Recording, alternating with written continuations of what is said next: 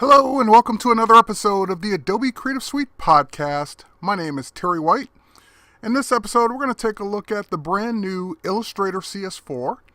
And actually, one of the improvements in Illustrator, which may not be mind-blowing, but it'll be kind of one of those things where you'll appreciate it every time you use it. And that's what's cool about a lot of the updates in CS4 across the board, is they affect everyday use of the program, just making things easier and more approachable.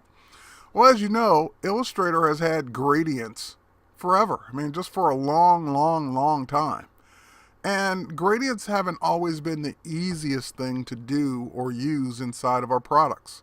So I'm happy to report that not only did gradients gain a couple new features, but using them couldn't be easier now. So what I'd like to do is I'd like to apply a gradient to this hat. And what I'm going to do that is I'm going to select it with the direct selection tool. And we'll just go ahead and make that selection. And now I'll just grab the gradient tool and click anywhere into the hat itself. And what that will do, as you can see, it put a gradient on it, but more importantly, it put this brand new bar across the object that I have selected. And of course, that bar is showing me my gradient stops. There's a white one, and all the way over here is a black one. And now, if I want to change the color, I don't have to go anywhere else. I don't have to find my swatches. I don't have to go anywhere else. I can just double click right on that gradient stop to bring up my swatches or the color picker itself. Now, of course, I recommend using swatches because it just is cleaner to work with. But now I can go through and I can use any colors I want. And I can go grab the other color stop there and use any color I want there as well.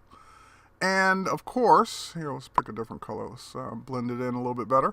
Of course, you're not limited to just two stops. Just like Illustrator has been able to do for years, you can add as many stops as you want in between. And of course, when you add another stop, you can, of course, pick a different color.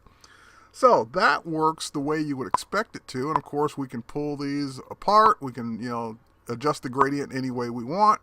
And we can even use the gradient tool itself to change the angle of the gradient.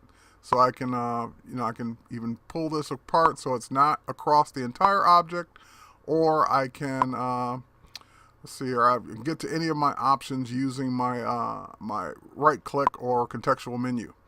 Now, one of the things I want to do is I want to go in and on that green stop that I created is I want to double-click on it because, as I mentioned earlier, it wasn't that we just made it easier for you to apply gradients. We also added one of the most requested features. And that is the ability to have a gradient go from a color to transparency. That's right. So now any one of these stops can have a lower level of opacity. Right now I'm at 100%. I can drop down this green stop to something less than 100%. And now just from, red is solid or transitioning into green, green becomes transparent before it transitions back into blue. So that's pretty cool to be able to do not only gradients a little easier, but also the ability to apply transparency to your gradient stops along the way. And just like previous versions of Illustrator, if you want to get rid of a gradient stop, you just pull it right off the bar. So pretty cool, pretty easy to be able to use this new feature. And of course, I'm just demonstrating here, you can make that gradient go in any angle you want with the gradient tool, just like you did before. So that's it for this episode of the Adobe Creative Suite podcast. My name is Terry White. Thanks for watching.